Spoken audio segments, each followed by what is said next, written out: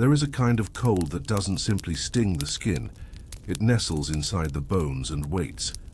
In medieval Europe, when the light of day faded by mid-afternoon and the fields turned to crusted frost beneath iron-grey skies, peasant families prepared for survival more than rest. You are standing in a simple one-room timber-framed cottage, its roof thatched, its walls made of wattle and daub. Mud and straw mixed into a crude paste fill the gaps between sapling branches woven like a basket. But despite their efforts, the wind still finds its way inside. It always does. And tonight, it carries with it a silence that says, snow is on the way. The family inside is huddled around the hearth, not a fireplace, but a shallow pit dug into the dirt floor, with a few glowing coals under a blackened pot. The fire gives off more smoke than heat. There is no chimney, only a hole in the roof to let the smoke out, which also lets the cold in. The air smells of damp wood, boiled onions, and the unmistakable must of wet wool. There is no privacy, no comfort, only layers, layers of wool, of linen, of whatever could be found or passed down. Clothes weren't changed at night. They were slept in. Sometimes even the animals were brought inside. A goat, a chicken. Their warmth meant survival. Children slept side by side with their parents on straw pallets stuffed with rushes, covered with whatever coarse blankets or stitched together cloaks they had. The oldest blanket might have belonged to someone now dead, but still it covered the living. Survival depended on rhythm. By late autumn, peasants had already made hundreds of small, invisible preparations. The storing of dried beans, the sealing, half clay pots with fat to keep rats out, the patching of roof holes with bundles of sod. Even small tasks mattered. Collecting wood was critical and done weeks ahead. It wasn't logs, those were too rare. Mostly it was brushwood, branches, dried, cow dung shaped into discs. Everything burnable was gathered before winter arrived fully. Still, fuel was never enough, and so the family learned to sleep cold, to eat warm, and to move as little as possible once darkness fell. It was not just about enduring temperature. The cold also brought sickness, chills that never left the lungs, joints that ached, skin that cracked, a minor cut that refused to heal, a splinter that festered into a death sentence. Without heat, everything slowed, even time. But there were tricks, forgotten now, but once known by every grandmother in every hamlet. Heated stones were placed in the bed hours before sleeping. A hot brick, wrapped in cloth, tucked near the feet. Onions warmed beside the hearth were believed to drive off coughs. Infusions made of dried nettle or sage were sipped slowly, partly for health, partly to warm the stomach. Peasants did not sleep through the night. Instead, they experienced segmented sleep, 2 stretches of rest separated by a quiet period. After the first sleep, they might wake around midnight, tend the fire, say a prayer, even speak quietly. Then, wrapped again in the dark, they'd slip into their second sleep. The practice is barely remembered, but it was common throughout Europe for centuries. If snow came early, and it often did in years of famine, it meant added hardship. Snow on a thatched roof was heavy.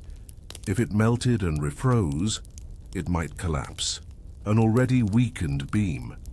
Children sometimes died under collapsed ceilings, so men would use poles to push snow off from below. When the snow came with wind, it could drive sideways into cracks, creating miniature drifts inside the home itself. Families learned to hang dampened wool against the gaps, not because it insulated well, but because frozen cloth stopped the worst of the drafts. And yet even this bleakness had order. The church dictated the calendar. Christmas was not yet a time of abundance, but of waiting. Advent meant fasting. Less food, less fat. The winter months were lean. A cold body and a hollow stomach became the norm. But some things were sacred. A single candle, lit for warmth as much as worship. Bread made with the last of the stored grain. Or the storytelling that filled the night. Tales of saints, of beasts that lived in the forest, of years colder than this one. Peasants measured cold not in degrees, but in memories. This is not as bad as the year of 3 frosts, someone would say. Or, remember the winter when the oxen died? The world outside was unforgiving. And the peasants who survived did so not by conquering nature, but by enduring it with small acts of care, silence, and shared breath beneath frayed blankets. But was it only the cold they feared, or something else that moved with it? The frost was never alone. In the medieval countryside, winter wasn't simply a force of weather. It was a presence, an invader. Peasants spoke of it as if it had a will of its own. It crept, it settled, it punished, and sometimes it took. You lie awake now in the dark hours between first and second sleep. The small fire has sunk into quiet. Embers and no one dares rise to stoke it yet. Wood must last. You pull the blanket tighter over your chest and listen, not to wind, but to silence. Silence is worse. There are no birds. No distant barking dogs, not even the rustling of trees because the trees have frozen stiff. The only sound is breath, slow, soft, nearly invisible in the pitch-black dark. In this silence, thoughts creep in, not of snow but of death. Winter was not romantic, it was statistical. Every year a village would lose someone, often quietly. An elder who didn't wake, a child who grew too cold, a woman who coughed blood and simply faded into the straw. Some families kept track, crudely on scraps of parchment or etched into the wood above the door. The notches said more than prayers ever could. 4 notches, 1 winter, no names. Itway. It's easy to think of cold as an external threat, but in medieval villages, it came from inside too. Most homes had only 1 room, 1 entrance, 1 way in, and no real protection from illness. When one person became sick, the cold made it linger, made it worse. Fevers came fast and burned longer in winter. Old wounds reopened, and the stillness gave lice, fleas, and disease more time to do their slow, invisible work. Mothers tied linen strips around their children's wrists, not for warmth, but to remind them not to scratch. It didn't help, and yet amid the hardship there was a kind of discipline. Peasants knew what not to do in winter. There were unspoken rules. Do not open the door unless you must. The wind takes more than it gives. Do not spill water at night. It will freeze to ice before morning, and someone will slip. Do not let the candle burn too low or you'll light the next one with flint and prayer, and never leave a blanket folded. Every inch of warmth matters. The village cooperated more in winter than at any other time. There was no other way. Those who had extra brushwood left it in baskets near the chapel. Children fetched it in silence. A dying man's chickens would be shared among neighbors, not because it was kind, but because it was expected. There were rare moments of joy, too. On particularly hard nights, families gathered in the home of the oldest woman in the village. She was too frail to keep her fire going, and her roof sagged, so they brought stew, blankets, and bodies to share the heat. Stories were told, not lively ones, but long, droning tales that outlasted the wind. One such tale was that of the walking frost, a shadow, they said, that came with no snow but froze your breath in your throat. It visited barns and stole warmth from sleeping. Cows. It touched window panes, and where it touched, the wood would split before spring. It never knocked. But everyone heard it pass. They still listened. In truth, The walking frost was probably just an old way to explain sudden death. Hypothermia, or exposure, but it was real to them. As real as saints and sin, as real as fire that sometimes didn't catch. The church offered explanations, of course. Winter was penance, a time for endurance, for looking inward. Fasting was good for the soul. Hunger purified. Suffering brought one closer to God, but peasants rarely had the luxury of spiritual reflection. They didn't fast by choice. They rationed because the grain wouldn't last. They didn't kneel for holiness. They crouched low to warm their hands in the ashes. Tools became more sacred in winter than holy relics. A sharp knife, a wool-wrapped ladle, a well-worn flintstone, and above all, a simple iron hook used to pull pots from the fire. When the Edisa handle broke, meals stopped. Repairs waited until spring. There were also customs now vanished from memory. On the coldest night of the year, sometime near Candlemas, some villages lit a ghost fire. A small flame kindled from the embers of 3 different hearths, carried by a boy no older than 10. It was brought to the poorest household first, a kind of renewal, a blessing, but also a way to make sure that house hadn't fallen silent. By morning, a warm bowl of gruel or onion broth could mean the difference between working that day or not working ever again. Peasants did not always eat for pleasure. Often they ate for continuity, just enough to keep walking, just enough to chop one more pile of frozen roots, to sweep one more patch of frost-slick ground, to hold on, and always there were the lists, not written but remembered. Who had spare flax? Who had salted lard from the last pig slaughter? Who had sewing needles? Who owed whom bread? Who still had dried elderberries for cough? These lists were never spoken aloud. But everyone knew them, because in winter memory was currency. But in years of true hardship, even memory wasn't enough. Some fled, quietly. A father would walk to another village and simply not return. Not from cruelty, but calculation. One less mouth, one less body by the hearth. One chance more for the others, they didn't speak of it after. And so, beneath layers of wool ash, silence and breath, medieval peasants waited, not for the thaw, but for survival. But what did it mean to truly survive when winter refused to leave? Survival was not a guarantee, even when the ice began. To melt and the drip of thawing thatch echoed like a promise from the roof. Peasants knew better than to hope too soon. Winters ended, yes, but not before claiming what they were owed. You are still in the cottage. The cold is dull now, no longer biting but lingering like a shadow. The fire is weak but steady. A new light filters through the slats in the walls, slushy, grey, almost metallic. Outside the ground is not green, it is brown, wet, reluctant. The snow has receded, but what's left behind is not life. It is rot. Winter starved the land. Now the earth itself smells of old water and forgotten roots. The peasant family emerges slowly. The father's boots are stiff from drying too close to the fire.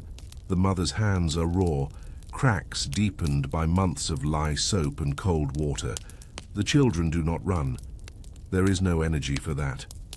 They walk as if still carrying the weight of winter on their backs. And in truth they are. Not all homes open their doors. Some remain silent, shutters closed. No smoke, no footpaths through the slush. These are the homes that winter finished, quietly, completely. Their names are whispered in church prayers but not discussed aloud. The fields are surveyed with cautious eyes. The soil is too wet to till. It will be weeks before any planting, weeks of waiting, weeks without new food. This is the second test of peasant endurance, the long hunger. Spring, for peasants, was not bounty. It was the leanest time of all. Stores were nearly gone. Salted meats turned rancid. Root vegetables sprouted, grew soft, or rotted in their baskets. Grain, if any remained, had to last until the next harvest, months away. Many became ill not from cold, but from scarcity. Starvation wore different clothes in spring. It came as fever, as fatigue, as silence around the dinner pot, as the father, who stared at the horizon a little too long, wondering if this was the year they wouldn't make it. There was no social safety net, no system of relief. A lord might offer grain, but at a price: labor, dues, favors, or the surrender of what little livestock remained. The church, too, had limits. Alms were small, bread baked from old stores, ale brewed from second runs. Charity was often more symbolic than sustaining. So peasants adapted. They foraged nettles, dandelions, wild garlic, sorrel. They chewed bitter leaves to stop hunger. Made weak broths of boiled bark. They trapped mice. In some regions, roasted hedgehog was not a novelty. It was necessity. Children were sent to neighboring villages to beg, not openly, but by offering help in exchange for leftovers. Small hands swept floors, carried water, helped gather dung. It was survival masked as service. And yet, always yet, there were signs of persistence. A baby born during the coldest week might have survived. A neighbor might offer the last of their turnips, saying, "We'll make do." A song might be sung while pulling wet straw from a collapsed roof. Just to mark time, peasants were not passive victims of the season. They were architects of endurance, of invisible, unrecorded triumphs. Each breath in the cold was an act of rebellion. Each day survived was proof of quiet power. Some villages, despite everything, found ways to celebrate. Not with feasts, but with customs. The first green leaf brought indoors, the lighting of a fresh taper, the stitching of a new hem on an old tunic. Children were told, if you made it through this winter, you can make it through anything. And sometimes they even laughed. A joke about a rat too fat to escape, a story of a priest slipping on ice, or the old tale of a wife who warmed her feet on her husband's back while he slept, claiming it was the only reason she married him. These were not distractions from suffering. They were weapons against it. And the peasants knew something we often forget, that history is not made by kings or warm parlors. It is made in frozen huts over weak fires by people who refuse to let the cold steal everything, even their humor, even their rituals, even their breath. By the time the true thaw arrived, when the sun finally returned in strength and the soil gave way to new shoots, no one celebrated with fanfare. There was no parade, no Thanksgiving. There was only work, and a silent counting of those still standing. Because the cold had passed, but the memory stayed. And maybe that's what survival really was, not just enduring the frost, but learning how to carry its silence. With you through spring, through summer, into the next cycle, without letting it crush you, without forgetting those who didn't make it, without forgetting yourself. It begins before dawn. The castle is silent, save for the wind pressing against its thick stone walls. You stand in a narrow corridor somewhere, behind the main hall, a servant's passage carved into the very bones of the structure. It is cold, always cold, but it's not the kind of cold that stings your skin. It's deeper than that, heavy, trapped within the masonry. Hay cold that has seeped into the stones for centuries, and which no fire, no matter how large, can ever quite chase away. You are a fire tender, not a knight, not a noble, not a squire. Your job is simple and invisible. You manage the heat of the castle, if such a thing can truly be managed. You rise earlier than all others and go to sleep last. But you are not celebrated. No one writes of you in letters or carves your likeness into the tapestries. You are smoke-stained, silent, and essential. Each fire in the castle has a personality. The one in the great hall is greedy. It needs to be fed often, its stone hearth wide enough to swallow a man. The kitchen fires are hot-tempered and dangerous. They spit, hiss, and blacken everything. But the worst are the fires in the bedchambers, of the lords and ladies. They must be kept burning evenly, gently, without smoke. Not too hot, not too faint. Just enough to warm silken bed curtains and stone floors lined with rushes. Too much flame, and the tapestries might catch. Too little, and a baroness might wake with chilled toes. And that meant complaints, fines, dismissal. The tools of your trade are humble. A long iron poker, a brush made of twigs, a wooden ash scraper, and a thick leather apron. You wear wool under your tunic and wrap your feet in cloth. Because even near fire, your work is cold. You start with embers. In most castles, fire is never allowed to die completely. It is banked, smothered lightly in ash to keep the core alive. The next morning, you uncover the sleeping coals and blow, always gently. Too hard and the ash flies, too soft and the ember ignores you. You learn the rhythm, a whisper of breath, then another, a curl of smoke, a spark, and finally, if you're lucky, the small tongue of flame. This moment, when fire returns, is the closest thing you have to a prayer. In many ways, you are a priest of warmth. No one sees this ritual, but everyone relies on it. Once each chamber is lit, you move on to the next. Carrying a lantern, a coal pan, a bundle of kindling that you cradled all night like an infant, just to keep it dry. There are dozens of fireplaces in the castle, some used, some not. But you visit them all because the worst fire is one that fails without warning. In winter, people die that way.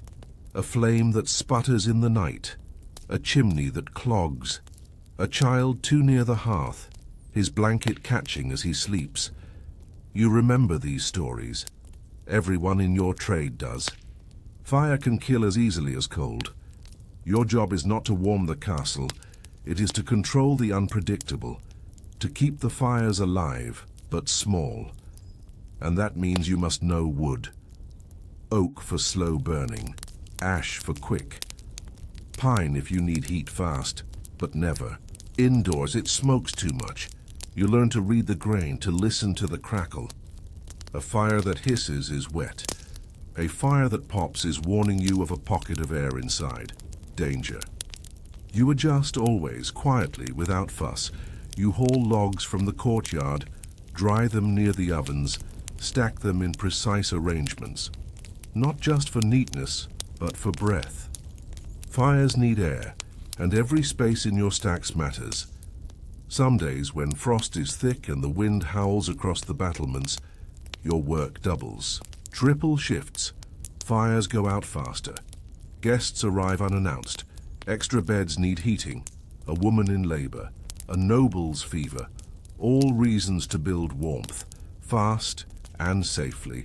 And yet, for all your labor, no one thanks you. You are paid in bread, not coin. You are permitted to sleep in the buttery next to the ale barrels, not for comfort, but because it's warm there. You eat after others. You sit on the stone floor. Your hands are blackened year-round, your fingernails rimmed with soot. And when you speak, it is only when spoken to, but among your fellow fire tenders, those from other halls, other castles, there is an unspoken respect. Fire tended in the dark was art, craft, even ritual, and the people of the castle swathed in fur and velvet rarely noticed. They saw the fire burning, but not the hands that made it. So when you finish your morning rounds and the castle begins to stir with footsteps and shutters creak open to the dim winter sun, you return to your corner. You eat your cold bread. You wrap your sore fingers in cloth. You rest your back against the warmest wall you can find and wait, because soon it will be evening and the fires will need you again. But what happens when a fire tender falls ill and the castle must wait for warmth?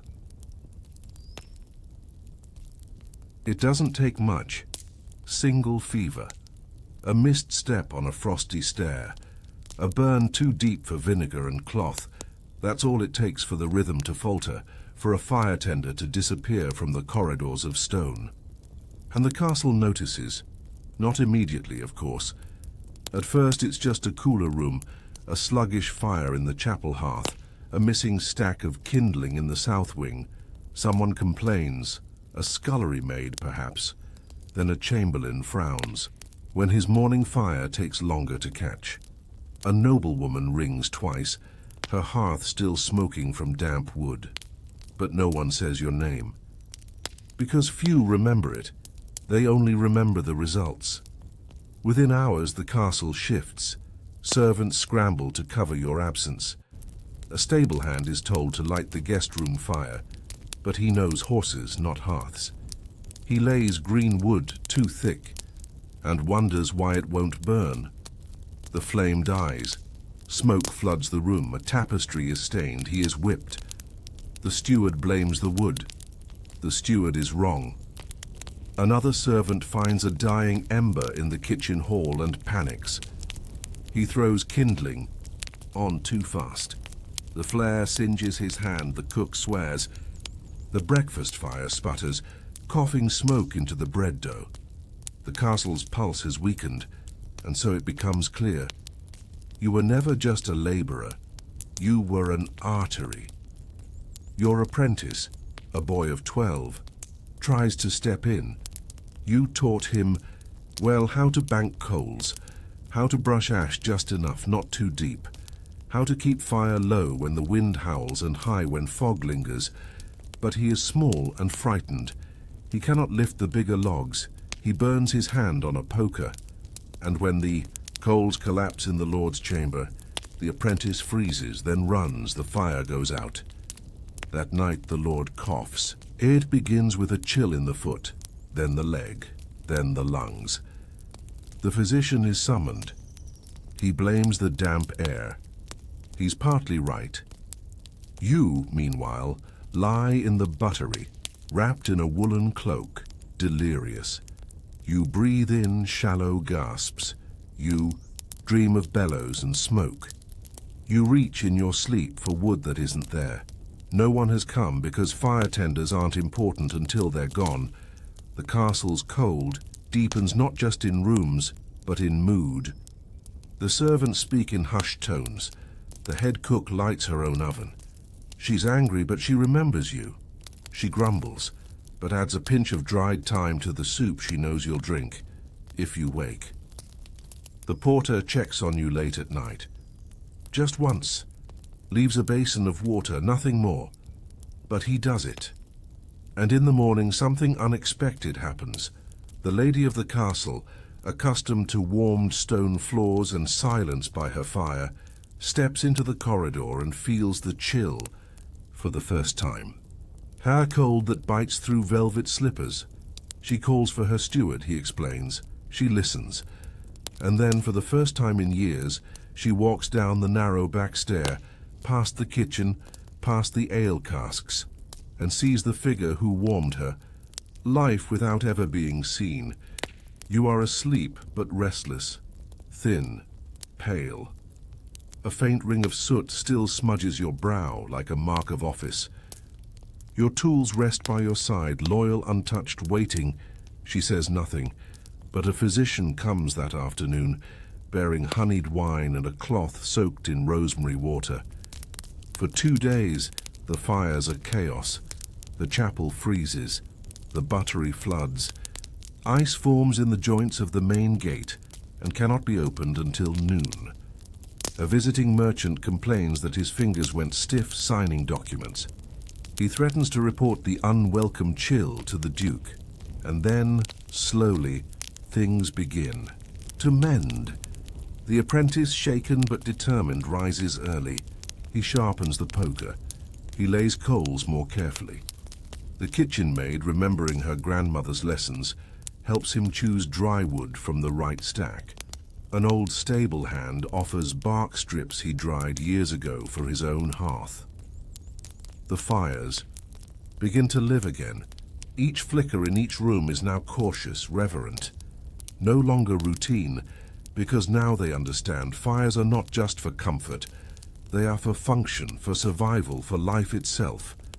And when you wake, 3 days later, your chest aching, your vision blurred, you find a fire already lit beside you, small, neat, steady, built exactly how you taught. The boy is sitting nearby. He doesn't speak, but he's watching the flame, not you, watching it the way you always did. And you realize you've passed something on, not glory, not wealth, but rhythm, memory, a quiet craft. And though the castle will forget your name, again one day, the fires won't. But in the seasons to come, when wood is scarce and winters are cruel, who will be there to teach the next boy? The fire survives, but the hands change. Weeks have passed since the fever took hold of you. Your strength is slow to return. The morning chill still clutches your ribs when you rise. But the castle has warmed again. Not because spring has come, but because your craft has endured. The apprentice is still learning. He burns through wood too quickly. Sometimes forgets to bank the coals at night, but you've seen the way he watches the flame now. Quietly, thoughtfully, with caution and care. You sit near him when you can, not to take over, but to offer what was never written. That fires behave differently in east-facing rooms. That pine cracks loudly when it's too dry. That no two hearths are ever truly the same. He listens, and you realize something. Your knowledge is not yours alone anymore. It is alive in another. It moves forward, just like fire. In the great hall, the hearth glows again with confidence. Nobles laugh, drink, and complain about nothing important. The heat is taken for granted, as it always was. The warmth is assumed. No one asks who lit it. No one traces it back to the early hour when it began as a single spark in the ash. But upstairs, in the Lady Solar, things are different. She keeps the fire smaller now. Not dim, not neglected, just quieter. She says it makes the room feel softer. She says it helps her think. But perhaps in truth, it's her way of remembering. Some things are honored not with statues or songs, but in the way a room feels. A silence, a flame left steady, a pot warmed before the first bell. Life inside castles wasn't all banquet tables and silk. It was frost-bitten corridors, forgotten labor, and hours of tending quiet things that no one noticed until they were gone. The work of survival fell not just to soldiers or scribes, but to those whose names were written only in ash. And still, even now, the risks remain. One night, a chimney clogs in the servants' quarters. A dense black smoke begins to fill the room. The boy wakes coughing. He remembers your teachings. He pulls the poker, clears the flue, opens the vent. Not fast, not in panic, but precisely, as you showed him. The fire recovers, the air clears, no one hears, no one praises, but something has been preserved. And then one day you are called to the castle's edge, to a small half-built outbuilding, where the steward wants a new fire laid for a visiting priest. It's a simple task, one you've done thousands of times, but this time you take the apprentice with you. You step back and he does it. He chooses the wood, arranges the base, lights the kindling with patience, not haste, shields the flame with his body, breathes just enough. The fire catches. You watch him step back, satisfied. You don't speak. Instead, you kneel. You trace a small circle in the ash beside the hearth. This is what memory looks like. Not written, not spoken, but left in the way. Things are done. In some castles, long after the fire tenders had come and gone, Old walls would bear faint marks, scratches, symbols, patterns traced into the soot-blackened stone. No one knew what they meant, but they were there. Quiet, persistent. Maybe that was you. Maybe that will be him. Years from now the castle may fall, or be rebuilt, or turned into a museum. The nobles will change. The coats of arms will fade. The tapestries will rot. But deep within the stone, perhaps someone will find a small pile of ancient ash, and among it the shape of careful hands, a memory of heat, of quiet labor, of fires tended not for glory, but because they were needed. Because someone had to keep the cold away, and someone did. The gates were shut, the river watched, and no one was coming. Rouen, once a proud Norman city of merchants, masons, and monks, sat cloaked in silence beneath the winter skies of 1418. Its stone towers, once symbols of prosperity, now looked inward. The drawbridges had lifted, the markets had vanished, the cathedral bells had not rung in days. England's army, under Henry V, had settled like a noose around the city. The siege had begun. Inside, the math started. You are not a knight, nor a clerk of the court. You are a ration scribe, an unassuming figure with ink-stained cuffs and calloused fingertips, appointed by the town council to keep a log of the most precious inventory Rouen had left: bread. Your station is small, a narrow table inside the May. Old Merchants' Guild Hall, lit by the weak light that slips through oiled parchment windows. Outside your door the streets are quiet. Snow falls on rooftops where pigeons used to perch. Now there are none. The birds were eaten during the second week. You sit with your tally sheets, a wax tablet, a set of copper weights, and a growing sense that your arithmetic may soon become a death sentence. When the siege began, the people still had hope. Rouen was a large city, with walls nearly impenetrable, a river at its edge, and storehouses filled with grain, salted fish, dried fruit and flour. But they hadn't expected the English to be so thorough. The river was blockaded. The surrounding farms were stripped. No carts could get through, no allies could send help. The siege tightened like frost around a withering vine. And so rations began, not noble feasts, not community meals, just bread. The simplest, driest, smallest thing a person could eat and still claim life. Loaves of barley and wheat, weighed carefully, issued with stern faces and hollow eyes. As a scribe, your job was not to feed, it was to measure. Each day you recorded who received how much. The city's records became its heartbeat. You scribbled quantities beside names. Households were broken down by number, by age, by usefulness. Adults received full rations, children 3/4, the elderly often less. It was not cruelty, it was arithmetic, and it never felt like enough. The flour ran low, then the leaven. People grew used to flat bread, then burnt crusts, then loaves stretched with sawdust, boiled bark, crushed bones. The taste was irrelevant. What mattered was the weight. The scales became sacred. Citizens would line up before the table, caps in hand, and watch you measure their portion. Watch the weights tip, the knife slice the loaf, the cloth wrap the crumb. Some begged for more, some offered trinkets. A ring, a bit of silk, a coin long forgotten beneath the floorboards. You refused them, not out of heartlessness, but because deviation meant chaos. If one man received extra, another would starve. That was the truth no one wanted to say aloud. You developed a technique: measure quickly, speak little, and never meet the eyes of children. One day a mother asked if her infant could be counted for a full ration. Her baby no longer suckled. Her milk had dried. You said no, the ration was fixed. Her baby would receive 1/3. She did not argue. She simply walked away, her shoulders stiff, the cloth bundle in her arms motionless. That night, you didn't sleep.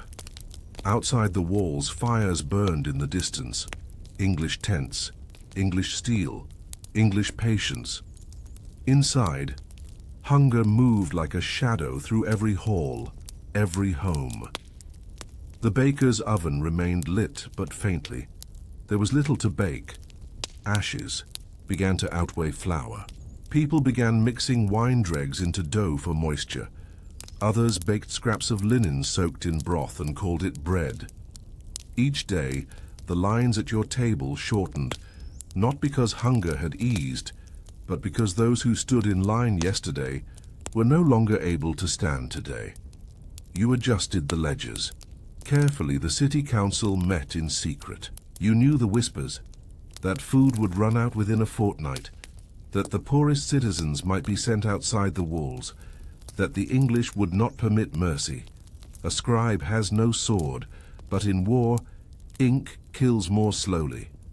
You started recording, calories in the margins, notes from apothecaries and monks, how much heat a crust provided, how long a man could work after eating a fist-sized lump, whether a woman could still carry water with half a ration. It wasn't just bookkeeping. It was survival calculus. The bread you ate each morning became sacred, not for what it contained, but for what it represented. Time, hope, the difference between today and tomorrow. But how long could the numbers hold, and when? The flour finally ran out. What then would you be asked to weigh? It happened quietly. There was no bell rung, no proclamation from the town crier, no scribbled notice nailed to a door. One morning, you walked into the rations hall, lifted the linen cover from the last crate of flour, and saw only dust. Not a poetic kind, real dust. Cracked grayish powder clinging to the sides of the wood. You ran your finger along it, just to be sure. The sack underneath was already empty. That was the end of flour. You stood a moment, hands motionless as the silence of the hall seemed to settle heavier than usual. Somewhere beyond the walls, a gull cried. Or perhaps it was only the wind. Baker did not show up that morning. He had gone the night before to trade a silver candlestick for dried peas from an old widow 2 streets away, and never returned. Some said he'd left the city. Others whispered he had simply lain down and chosen to sleep. It didn't matter now. The oven was cold. With no bread to weigh, your task should have been finished. But it wasn't. The council had new orders. Record. Names. Not for food, but for order. The city was no longer distributing sustenance, it was distributing silence. They told you to continue the ledgers, record the residents, family sizes, occupations, the exact quantity of rations they had received. In the past 6 weeks, cross-reference with illness, make notes of who had not returned to the ration hall, create lists of the dead, and then a new category appeared in the margins, dispersed. It was the word they used for the unwanted, not buried, not mourned, not even exiled, just dispersed. On the 28th day of the siege, the first of them were gathered. Beggars, paupers, street vendors, orphaned children. They were escorted to the gates. At first they went willingly. They believed food lay just beyond the wall. They were wrong. The English did not open their lines. The hungry were trapped between the soldiers and the stone. They built huts from broken carts, fashioned tents from cloaks, drank snowmelt and starved in the no-man's land. The people of Rouen could hear them wailing at night. The city made no move. The English watched in silence. You were ordered not to record them in the ledgers, but you did, every name you could gather, every child you once saw standing in line with a crust of bread in hand. You wrote them down in a separate book, one not commissioned by the council, bound not in calfskin, but rags and twine. It was the ledger of the forgotten. The flour may have been gone, but people still tried to bake. They ground old shoe leather if they could still find it. Others boiled parchment scraped from church books. Some mixed moss and stale fat into paste and flattened it into cakes. You saw a man eat the stuffing from his mattress, and still people came to the rations hall, not for food anymore, but for news. They asked you what you had left. They asked how many loaves were given the day before. They asked how long it would last, even though they knew the answer. It was not hope they sought, it was ritual to stand in line to receive a scrap, to feel human one last time. You gave them slivers of bark wrapped in linen. You told them it was all you had. Some cried, others nodded in understanding, and they left quietly. One man left you a feather, a single brown feather, from a pigeon, long gone. He placed it on the table and said nothing. You kept it. Soon the council itself grew thin, robes hung looser, meetings grew shorter. The mayor no longer stood straight. They began talking of surrender, but not out loud, and not for long. You continued your entries. On the 33rd day, someone brought you flour, not much. Enough for 3 small loaves. You didn't ask where it came from, you baked it yourself. On a flat stone behind the hall, covered loosely with an iron plate. The smoke was thin and blue. You cut each loaf into eighths.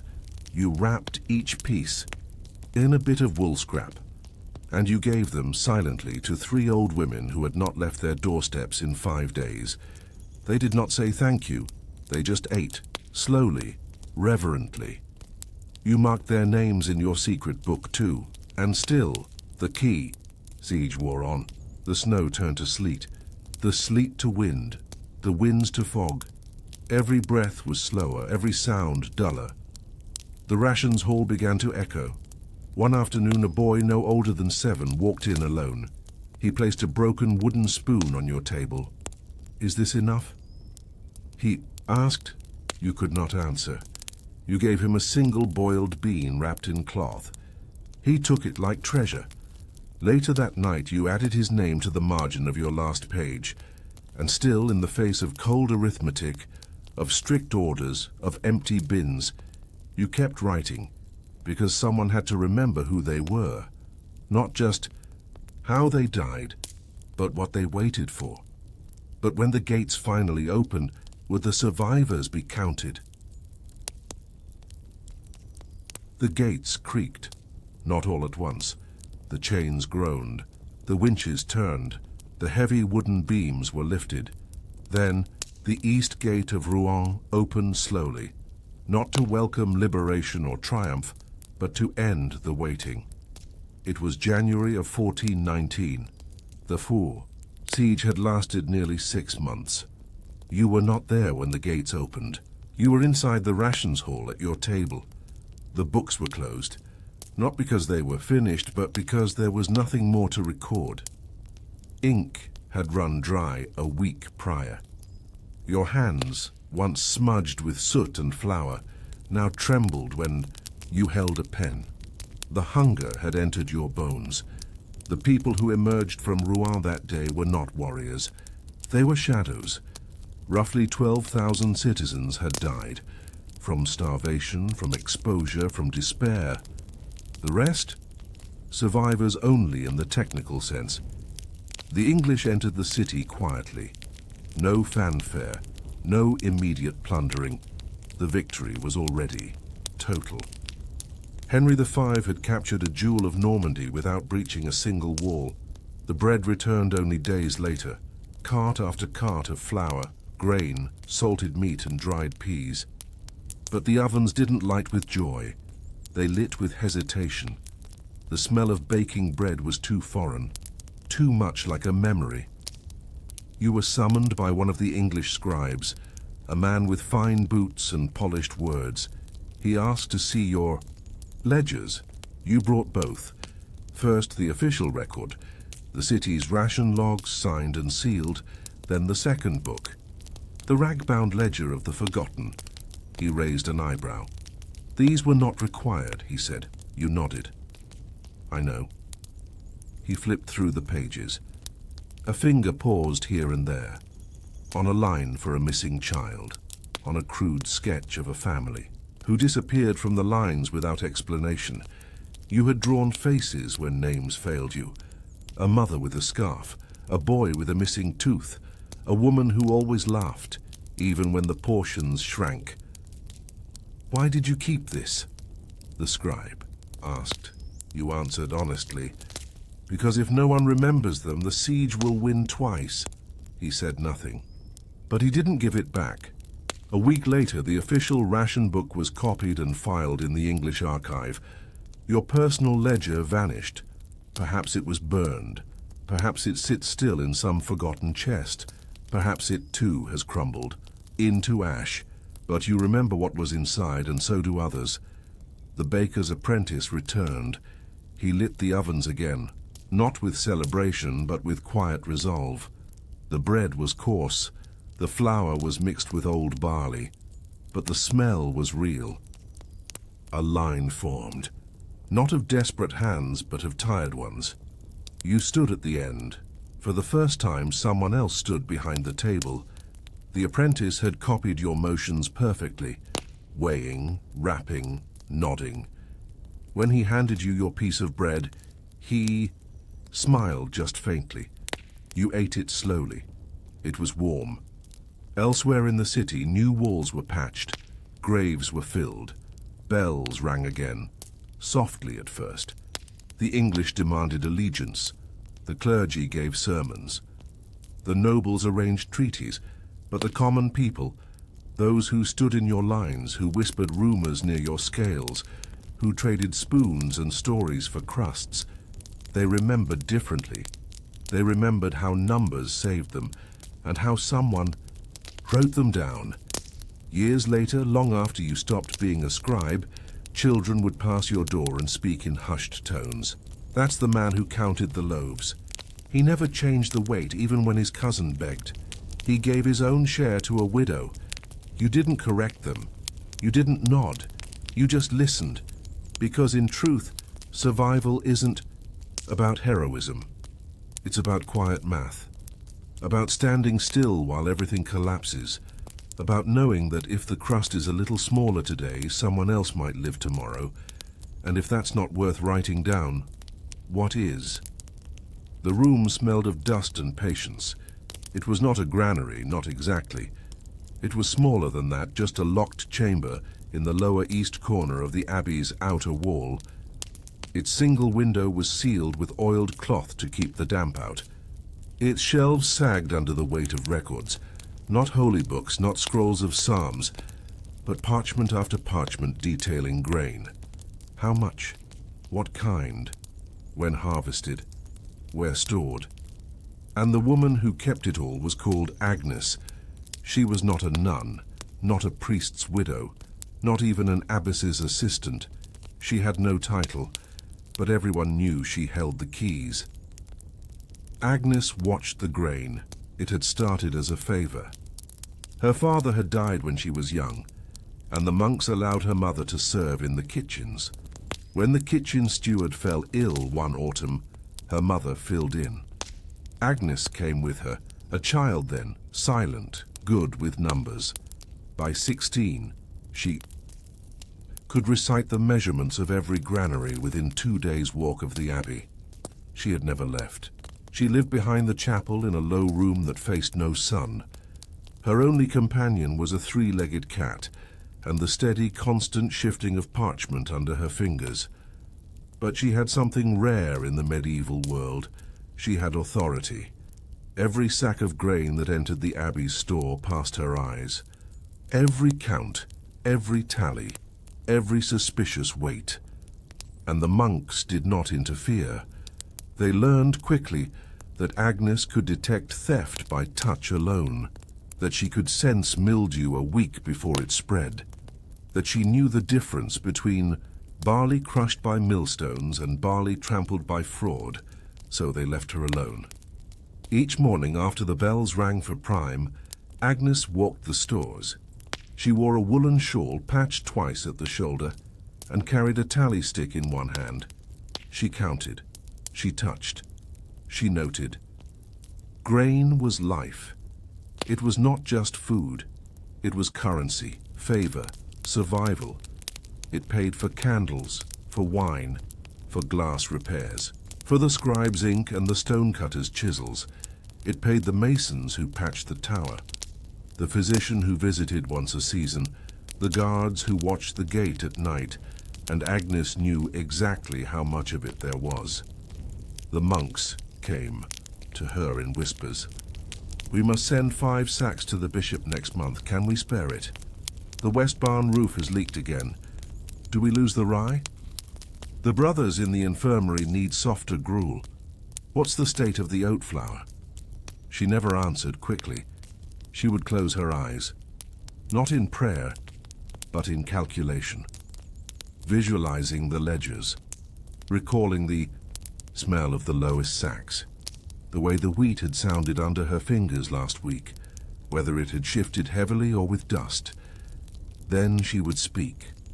"Send 4, not 5.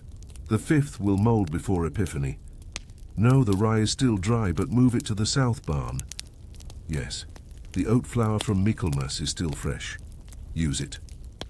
They obeyed, because Agnes was never wrong, and yet no one honored her. No records bore her name. No illuminated manuscripts praised her judgment. She was not remembered as a wise woman or grain mistress or keeper of the harvest. She was simply Agnes, who lived near the grain room, who kept to herself, who never missed a count, but the abbey never starved.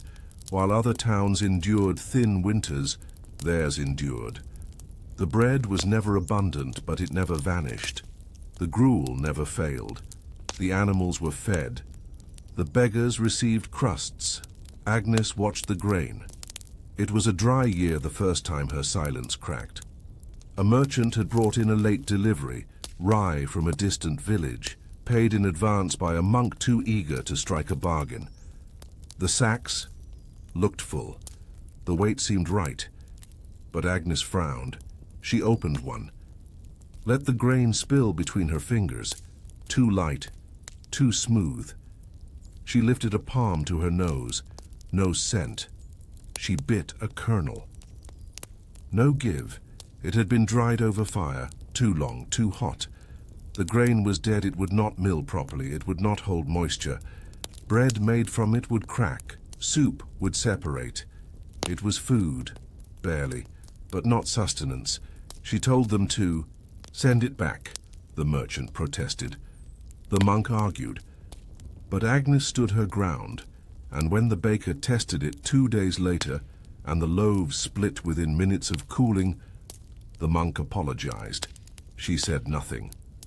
But from then on, no grain entered.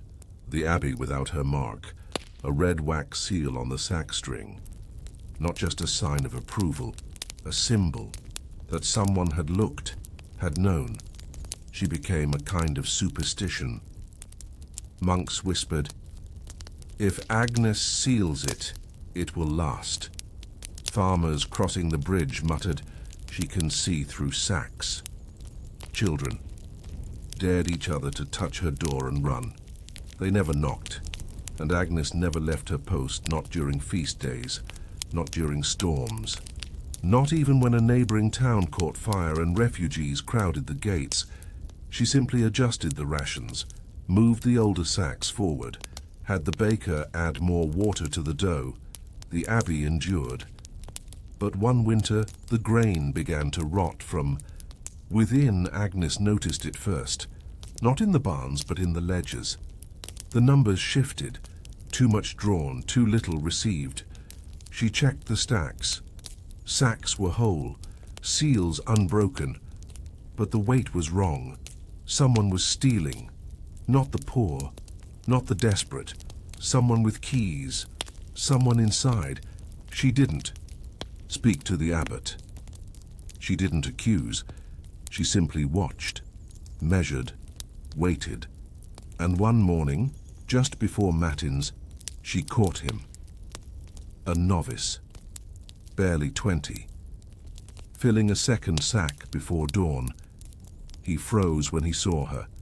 Agnes didn't shout, didn't threaten. She simply looked at him, then she whispered, "Grain is not yours, it is theirs, the children, the sick, the ones who wait." He wept. She turned. The matter was never brought to the abbot, but the theft stopped.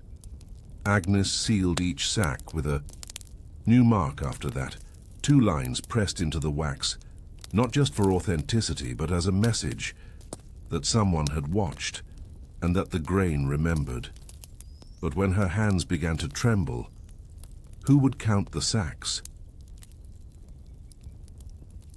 The tremor was faint at first, a small flutter of the fingers when Agnes lifted her tally stick, a moment of pause before writing a figure on the parchment. It might have gone unnoticed in any other task, in any other life, but not for her. Not here, where every number mattered, where every grain counted. She ignored it at first, wrapped her hands in wool before each round, told herself it was the winter, the draft in the record room, the damp in the stone. But it wasn't. It was something slower, something permanent. She began using her left hand more often, practiced writing with it in the quiet hours of the afternoon, when the abbey was silent and the bells had not yet begun, their slow, aching call to vespers. Her script became crooked, less precise, but she never missed a round. The barns still held their secrets. The sack still sagged with time. The mice still tested the corners and the mildew still climbed when not watched. So she watched. But the grain, too, had begun to change. This year's harvest was smaller, drier. The weather had been poor.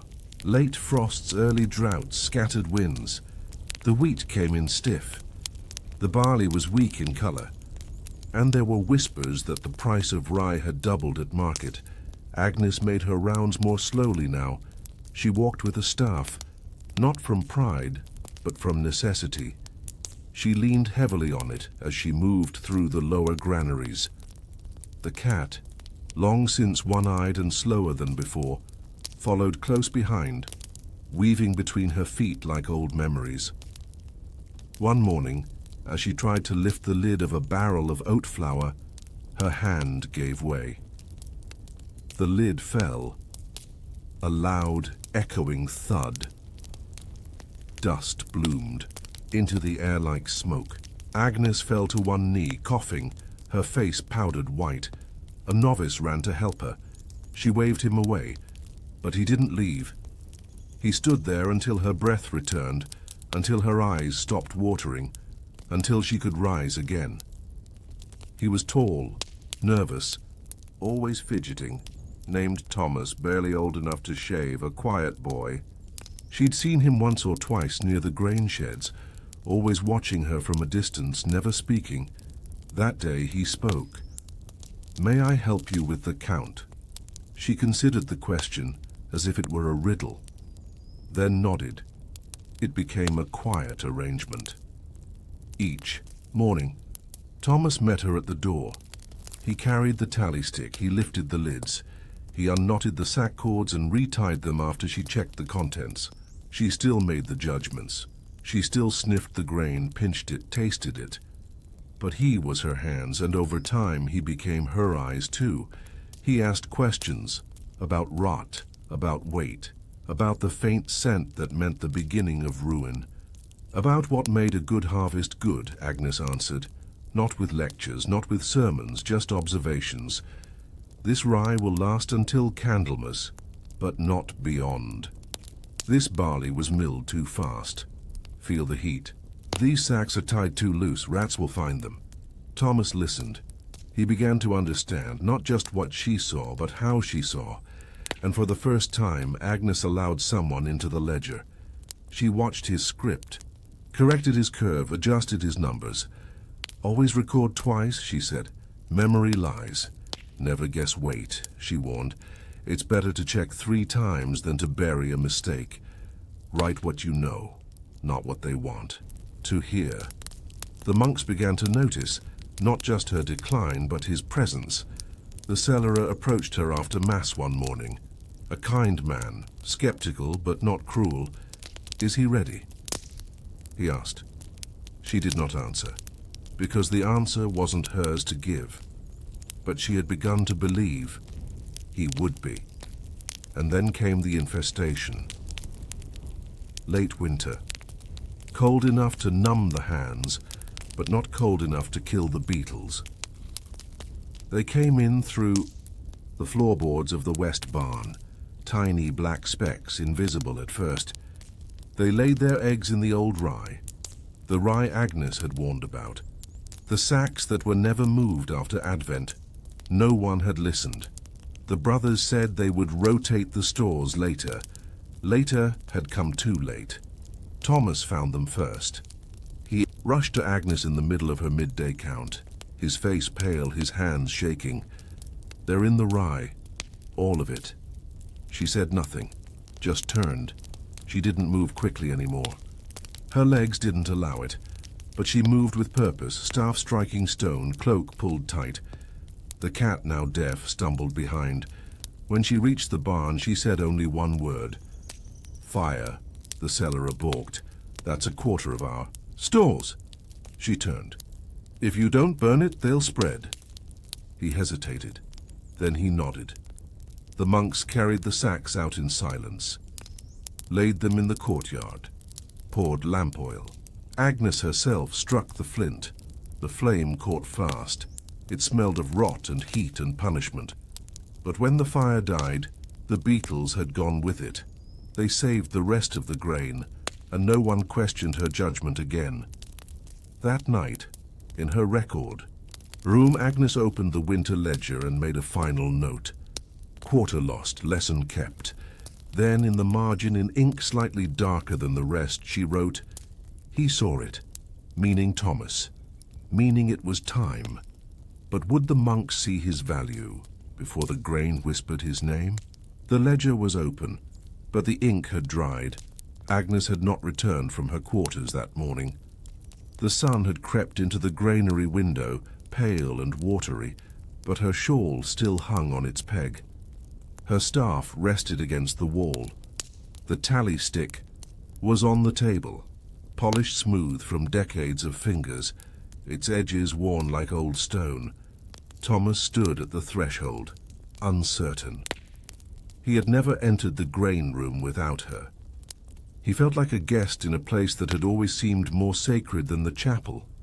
The parchment, the sacks, the faint scent of barley and old paper. All of it breathed a kind of silence that belonged to her. He walked in.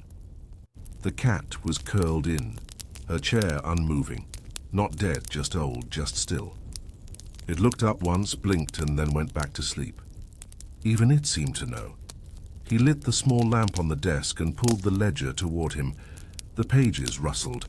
Her writing filled them, tight lines, firm strokes.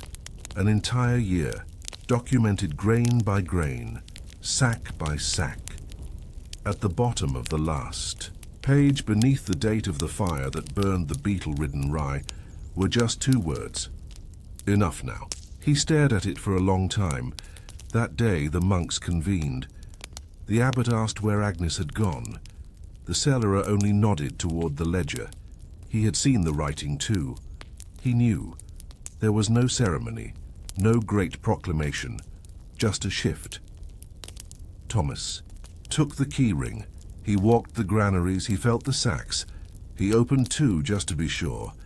He did not speak to the monks. He did not need to. They came to him now, with questions, with hesitation, with the same kind of quiet reverence they had once given her.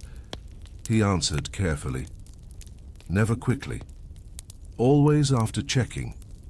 He moved the older oats forward, dried the barley sacks after rain. He had the western, wall-sealed better to prevent another infestation, and slowly the routine resumed. He adjusted the flour-to-water ratio during Lent, knowing that the harvest might come late. He noticed a new fungus growing in the south barn, and moved the flour to the chapel for safekeeping. He stopped a shipment from a travelling merchant whose grain was too warm to the touch, just as Agnes had taught, and when a young novice asked, "Why so many notes?" he said only, "So the grain remembers." Her name was never carved in stone, she was not canonized, she was not mentioned in the Abbey's founding history, but Thomas began sealing the sacks with wax again, not red, but dark green. 2 lines, just like hers, the baker noticed, the farmers noticed. One even asked, "Is Agnes still watching?" Thomas smiled faintly. In a way. One spring afternoon, years later, a poor woman arrived at the Abbey's gates with a child and a torn satchel. She had no trade, no coin, just a thin voice and a quiet plea. Thomas gave her bread, not because of law, not because of rules, but because of a single note he found in an old ledger, tucked deep between pages. It read, "There must always be enough for one more mouth." The handwriting was hers. He never removed it. And when his own hands began to tremble, he started watching the novices, quietly. As she had watched him, he found a girl named Ellen, who counted faster than he did, and corrected her own mistakes without shame. She had a good eye, a patient voice, and once, when no one thought to weigh a new sack of oats from the North Road, she tested it by biting into a kernel. He nodded to her. She nodded back, and one day she opened the ledger. Not as a guest, but as the one who watched. It begins long after you are asleep, not at sunset, not even at midnight, but closer to 3 or 4 in the morning, when the alehouses have gone quiet, when the last baker's oven is cooling, and when the guards at the town gate are more shadow than man. This is the hour when he rises. The Gong Farmer. No title. No surname worth repeating. Just a man with a cart, a shovel, and the keys to every cesspit in the city. You do not see him, not because he hides, but because you look away. He is the one who tends the night soil, that's what they called it. Night soil. Not waste, not filth, not excrement. Just soil.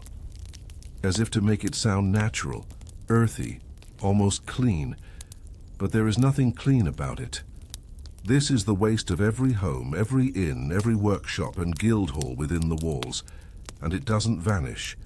It collects in pits, beneath floorboards, in stone-lined holes just outside kitchen doors, beneath the grates in the streets, under the outhouse by the priory, behind the smith's yard, and someone has to empty it. That someone is him. He begins by dressing. Layers of wool, leather gloves, a scarf soaked in vinegar wrapped around his nose. It dulls the smell, though only just. The smell is in the wood, in the shovel handle, in his boots. It lives in his fingernails. It follows him into sleep. The tools are simple. A long-handled scoop carved from oak, a flat shovel and a bucket bound with iron hoops. The cart has low sides and thick wheels, thick enough to carry the weight of what no one wants to name. He walks through alleys, unlocking. Grates unlidding pits. The first is behind the bakehouse. The pit is 2/3 full. He lifts the slats. Steam rises. Clouds of heat from human waste fermenting in the cold. He begins. Scoop, dump, each motion practiced, economical. No splatter, no sound but the dull thud of shovel against wood. He does not gag. He has learned how to breathe only through his mouth. Short breaths, shallow. The cart fills slowly. It takes hours. Each pit is different. Some overflow, some have dried to a crust, others bubble with rot. But all must be emptied. Why? Because if they are not, the ground turns foul. The air grows thick, the rats multiply, the plague returns. That's what happened last time. You see, the Gong Farmer is not just a laborer. He is a line of defense against disease, against collapse, against the slow drowning of a city in its own waste. People do not speak to him, but they notice if he misses a day. When cholera struck London, it wasn't the physicians who traced its path first. It was the gong farmers. They could smell the changes. They could see the patterns. They knew which streets were sick before the churches did, but that's years from now. Today he empties a pit beneath a merchant's house. The merchant pays well. He believes in cleanliness, though he would never shake the gong farmer's hand. The pay is decent, more than a baker, more than a blacksmith's apprentice. The danger earns it: disease, gas explosions, suffocation. Some pits haven't been opened in years. They release more than just smell, sometimes bones, sometimes rats as large as cats, sometimes nothing, just a silence that stretches too long. He is not young, but not old. The work ages him faster than time. His back aches, his knees have grown stiff. His hearing is dulled from the cartwheels and clanging grates, but his hands are steady. He does not speak often, but he remembers things. The houses that tip forward after heavy rain, the alley that floods in summer, the family who thanked him with bread once, still warm, still soft. He remembers that loaf more than any coin. By the time the sun is rising, he's headed out of the city, past the walls, down the old Roman road to the dumping fields. There the waste is offloaded, not thrown away, sold. Farmers buy night soil. Mixed with straw and wood ash, it becomes fertilizer. It feeds turnips and barley and flax. What once was rot becomes root. He empties the cart, spreads the mixture with care. He is not careless. He is not stupid. He knows where the water lines run, beneath the fields. He avoids them. He knows not to dump near the river. He knows what happens when people don't pay attention. Once another gong farmer ignored the slope of the land. A storm came. The runoff reached the wells. 3 people died. He remembers their names. He finishes the day by washing. Not well, just enough: a tin basin, ash soap, a brush made from boar's hair. He scrubs his nails until they bleed, and then he sleeps. But what happens when the city grows? And there are more pits than men. The city did not stop growing. Stone by stone, timber by timber, it spread outward. New homes leaned against old ones. Streets narrowed. Alleys vanished. Tanners, blacksmiths, wool merchants, they all needed space. And where people lived, people ate. And where they ate, waste followed. But the number of gong farmers did not grow with the city. Why? Because no one wanted the work. The pay was higher than most laboring jobs, yes, but the danger was constant, and the stench never left you. The role stripped away your place in society. A man might save lives every night and still be asked to enter by the back door. He could clean the streets, but be barred from the church pews. The job aged the body. But worse, it marked the soul. By midsummer, the main city pits were no longer just full, they were rising. The earth beneath the butcher's lane began to darken. A cesspool beneath the granary burst through a cracked paving stone. The scent lingered above ground even in daylight. You are the same gong farmer. You haven't stopped. You work longer hours now. Begin at dusk instead of midnight. Your cart is heavier. Your arms tremble more when lifting the shovel. Your boots never truly dry. But what troubles you most is the water. It rains more often now, and the streets no longer drain. Waste washes back toward homes, into basements, into barrels, into cellars where ale once cooled. One night a knock comes, a physician, not one of the monks, a private man, pale robes, gloved hands. There is a family on the south end of Coppersmith's Row, he says. The baby is ill. The water's fouled. I need the pit cleared before morning. You say nothing, just nod. You arrive before the second bell. The pit has not been opened in 2 years. The wood is soft, near collapse. You pry the lid with care. A wave of gas escapes. Not just stench, pressure. Your head spins. You back away, wait, breathe shallowly, then begin. You work in silence. A woman watches from a window above. Her face is pale. The baby in her arms is barely moving. You work faster. The pit is nearly full. At one point, your boot sinks too deep and nearly sticks. You brace yourself with the handle. You curse, softly. A rat skitters past. You ignore it. By dawn, it's done. The cart groans under the weight. You leave a small wooden marker beside the pit, 2 slashes burned into the surface. A message for the next man. This one was emptied. Don't trust the sides. Later that week, word reaches you. The baby lived. You do not smile. You do not weep. You just remember. But the pressure is mounting. The guilds are growing. Leather workers dump their tanning waste in open drains. The fishmongers spill gut water into the alleys. Everything backs up. The city's river runs thick and slow. Black foam collects at its edge. A plan is made. New tunnels beneath the market square.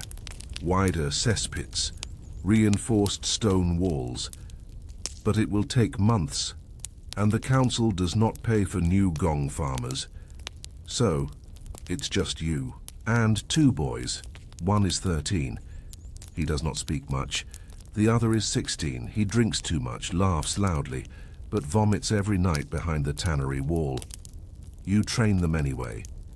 You show them how to scoop without splatter, how to check the floor, 4 gas pockets, how to tell when a pit is about to collapse. You tell them, if your boots make no sound, get out. If the air goes sweet, cover your mouth. If your torch flickers blue, don't breathe. They listen. Mostly, until one night the younger one disappears into a pit behind the apothecary. The floor gave way. The older boy ran for help, but it was too late. You marked the pit with 3 slashes and never returned. The work continues. Always. But the joy has left it, if it was ever there. And yet something strange begins to happen. A baker whose pit you clear every fortnight leaves bread on the step, still warm. A priest, once silent, now nods when you pass. A washerwoman washes your gloves in lye and leaves them drying on your cart. They do not say thank you, but they see you now. Not fully, but more than before. Still, the city's filth grows, faster than your hands can lift. And one day the council says the worst words will wait till spring. You shake your head. There will be death by then. They don't reply because they know you're right. But they have nowhere else to turn. So you prepare for winter. But when the frost sets in and the pits freeze, how do you empty what know? Longer flows? Frost was supposed to be your ally. That's what the old men used to say.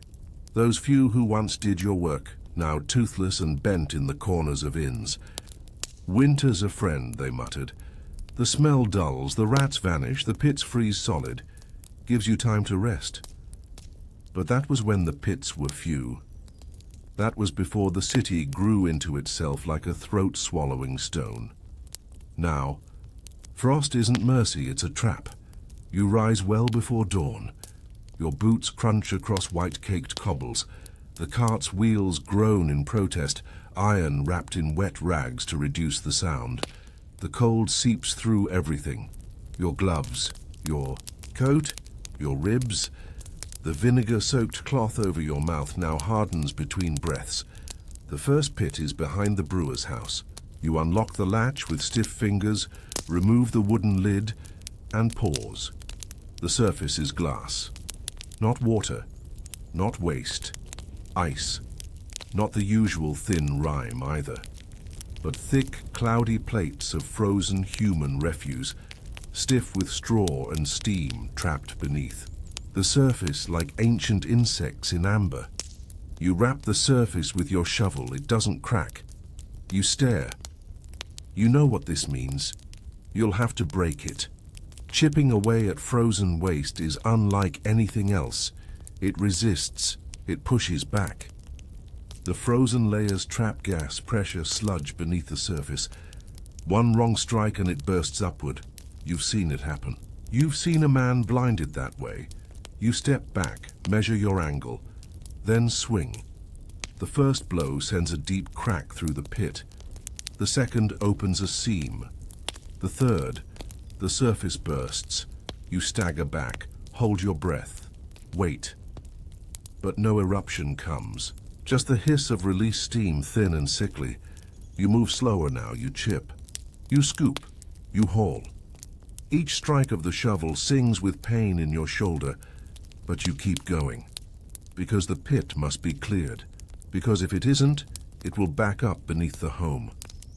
It always finds a way. Through floorboards, through gaps, in the stone, down into cellars, up into corners. You learned that last winter when a child died from poisoned air. You carry the cartload to the edge of the city. The fields are stiff with frost. The farmers do not come. You dump it into the spreading heaps, hoping spring will thaw it before planting season. You move to the next street. A woman stands outside her cottage. She doesn't greet you, but she nods toward the back, where her pit lies half buried beneath snow. You recognize her. She's the one who left you broth last autumn. You nod in return.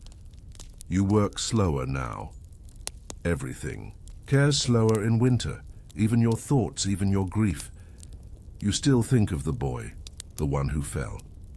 His name was Joss. Only 13. He liked to whistle through his teeth. He once carved a rat from a lump of old candle wax. Gave it to you and laughed for an hour when you put it in the steward's bucket as a joke. The steward never forgave you. But the boy had spirit, and he's gone. Some nights you wake thinking you hear the squeak of his boots behind you, but it's just the cart, just the wind. You press on.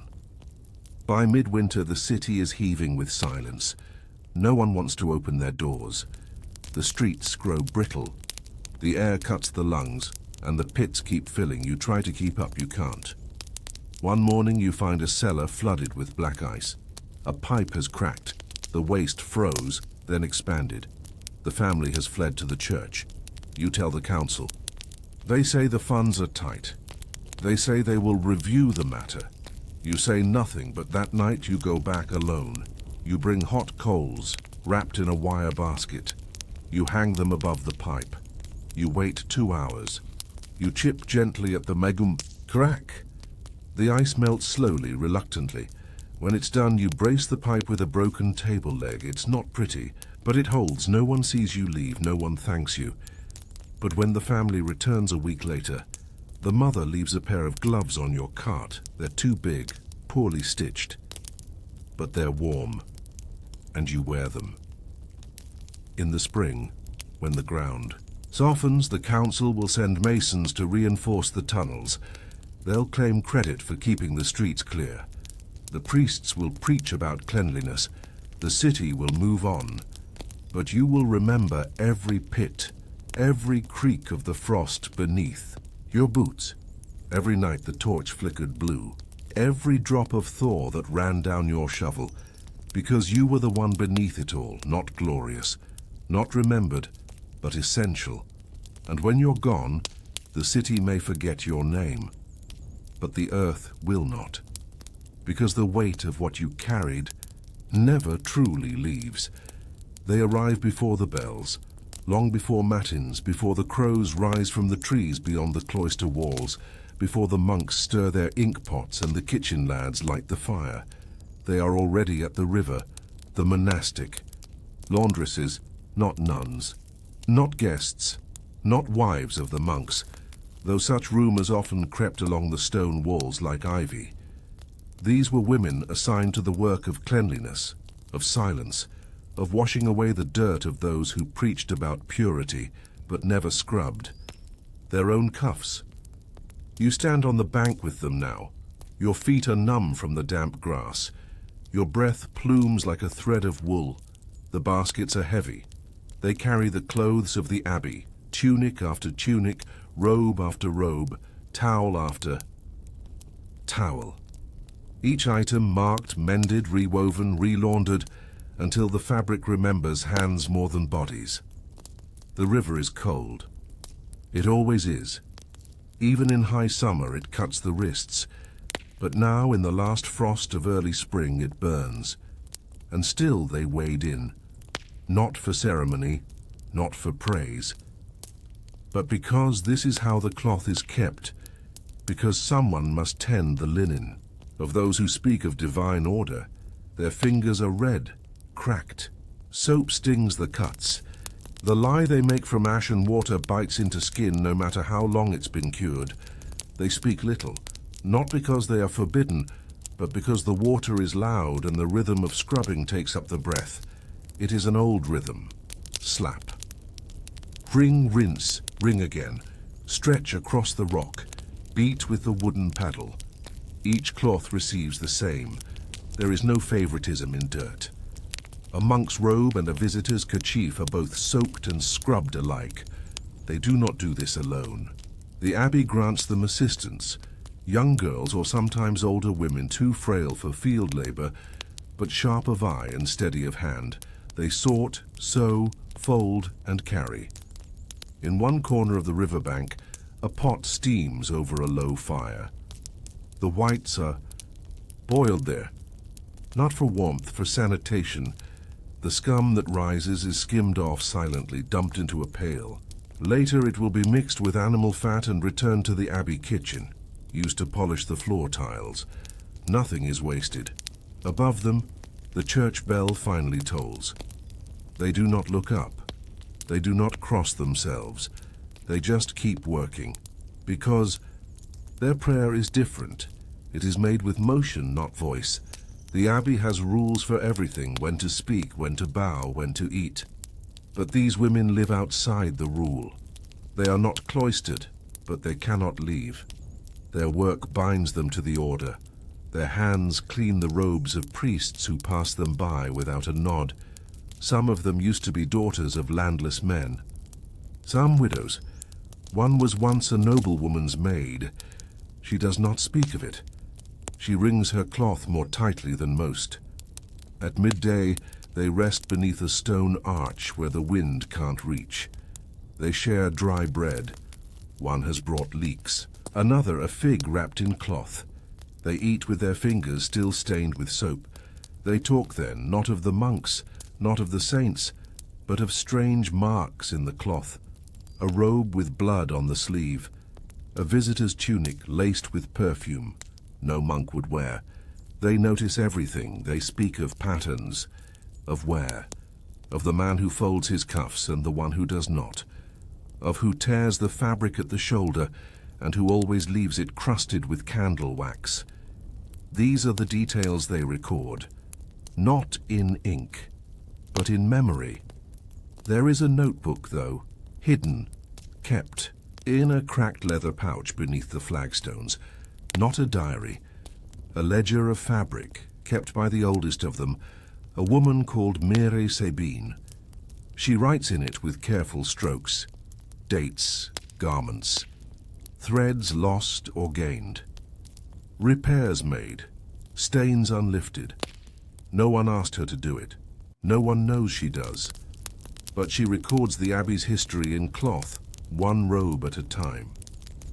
That night, after Vespers, the monk who teaches theology will wear a robe that passed through her hands. He will speak of purity, of spiritual cleanliness, of the white garment of the soul, and he will never know that it was stitched by a woman who once delivered twins in a storm, that the robe's collar is pieced together from an old altar cloth. That, the soap that cleaned it, was boiled with vinegar, because the last batch of lye had gone too soft. He will not thank her. He will not see her. But when the wind rustles the cloth behind him, he will smell the lavender ash. and for a moment, something in him will quiet. He will not know why, but mere Sabine will, because she still watches from the shadows of the cloister, hands folded, eyes dry. But what happens when her fingers no longer lift the cloth? Mere Sabine has not come to the river. The other women notice before the sun even touched the stone steps. Her basket, usually resting beside the third pail, is absent. The scrub stool with the split leg leans untouched against the wall. No. Folded ledger hidden in the folds of her cloak. No quiet nod. No cough muffled behind lie-worn hands. They do not speak of it, because in the laundry world absence is louder than talk. You are one of them now. You feel it in the way the cloth slips differently without her nearby, in the way no one knows how, much ash to add to the kettle, in how long it takes to boil the linens, in how the girl who mends cuffs pricks her thumb more than once. It is not the work that's changed. It's the rhythm, the kind that only one person holds in their bones after years of repetition. They try. They load the baskets as always. Scrub, wring, turn. But the timing is off. One robe is left too long in the pot. The wool scorches. Another. Airs pulled too early. Stained water still dripping from the hem. Someone swears under her breath. Someone else hums just to fill the quiet. The work goes on. The next day it rains. The river swells. The current grabs at hems and loose rags. The youngest girl slips on the stones and drops a full robe into the water. It floats down past the Abbey Bridge, turning slowly like a broken prayer. They watch it go. No one chases it. At dusk, the oldest, remaining woman, Eliane, who once sang to herself before the frost took her voice, sends one of the novices to check Mere Sabine's quarters. The girl returns with news. She is there, breathing, but weakened. Her hands wrapped in linen, soaked. With vinegar and elderflower, her fire long gone out, they leave bread at her door that night. Not because they expect her to eat, but because to not leave it would feel like letting the abbey forget her too quickly. On the third morning, the abbot sends a message. Not to the laundresses, of course. To the steward. He says the washing has been unreliable, that the altar cloths must be cleaned for the bishop's visit, that the monks' robes have been returned stiff and unevenly dried, that the usual woman, Miri, Sabine, should be consulted. They do not reply. Because the reply is in the river, in the bruises on their hands, in the robe that did not return. That afternoon you go to her. She lies curled beneath a blanket woven from wool so old it's nearly lace. Her fingers are bandaged. Her breath is shallow. Her ledger lies open beside her, ink nearly dry. She looks at you, not with pity, not with fear, but with recognition. You know, she says, not a question, a passing of something, a naming. You nod. She does not speak again. You take the ledger and leave the bread. Back at the river, the others look at you differently now. No. Words just space made for your basket near the fire. You open the ledger that night. The last page she wrote is incomplete. A list of robes, some with notes. Brother Marcel, cuff stitching frayed. Wears through wool in left sleeve. Sister matron's apron, grease stain will not lift. Recommend vinegar boil. Altar cloth, mended again. Will not survive next wash. Then a new line. Only 2 words. Teach her. You stare. You are not sure who she meant. But the next day you begin watching carefully. One girl folds better than the others. Neat, even lines. Another handles the boiled cloth without flinching. One more has begun making soap without being told. You begin whispering things Mere Sabine once told you. Boil linens with elderwood bark for fever robes. Chapel cloths dry better in shadow. Don't trust a stain that doesn't smell. Listen, you begin to record again a new ledger. Your handwriting. You press the edge of a small iron comb into the leather cover to mark it as yours. The robes arrive as always, the monks speak as always, but one day the bishop comes. He kneels before the altar on a cloth that passed through your hands, through the hands of the girl who boiled it, through the stitches of the novice who barely speaks. He doesn't notice. But the cloth does not move in the wind. It lays still, clean, and somewhere you think, Mir Sabine would have smiled at that. But when the next generation comes, will the abbey still remember that its holiness was once stitched by the unseen? The cloth never truly stays clean. That's the truth no monk ever writes in his illuminated scrolls. It is washed, it is beaten, it is soaked in ash, in vinegar, in boiling water, drawn before dawn, but it always remembers. The hem bears the wax of a dying candle. The sleeves fray in the exact spot a man clutches his hands in prayer. The edges darken from the oils of unwashed skin. You know this now. You also know the rhythm better than your own breath. The river, slower in summer. The stones slick in the third week of harvest. The lye strongest when brewed under a waning moon. The linens lighter after 2 rinses, not 3. The old tricks aren't written anymore. They live in your hands, in your back, in your knees.